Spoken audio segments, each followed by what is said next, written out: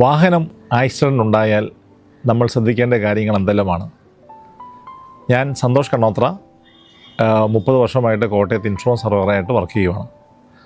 നമ്മൾ അത്യാവശ്യമായിട്ട് ചെയ്യേണ്ട കാര്യം, വണ്ടി ആക്സിഡൻ്റ് ഉണ്ടായാൽ തന്നെ ആദ്യം തന്നെ ഒരു സ്പോട്ടിലുള്ള ഫോട്ടോ എടുക്കുക.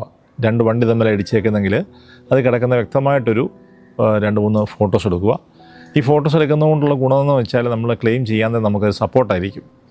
അതായത് പോലീസ് റിപ്പോർട്ട് വേണമെങ്കിൽ പോലും നമുക്കിപ്പോൾ അക്ഷയ വഴി അപ്ലൈ ചെയ്യാം ഫോട്ടോസ് ഉണ്ടെങ്കിൽ. അപ്പോൾ ഫോട്ടോസ് മസ്റ്റായിട്ട് എടുക്കുക. പിന്നെ സമയത്ത് തന്നെ നമ്മൾ ക്ലെയിം ഇൻറ്റിമേറ്റ് ചെയ്യുക, ഇൻഷുറൻസ് കമ്പനി നമ്മൾ അറിയിക്കുക, നീട്ടിക്കൊണ്ട് പോകാതെ. കാരണം ഒരു ക്ലെയിം കിടക്കുമ്പോൾ വീണ്ടും വേറെ ക്ലെയിം വന്നാൽ അത് കിട്ടാനൊക്കെ ബുദ്ധിമുട്ട് വരും.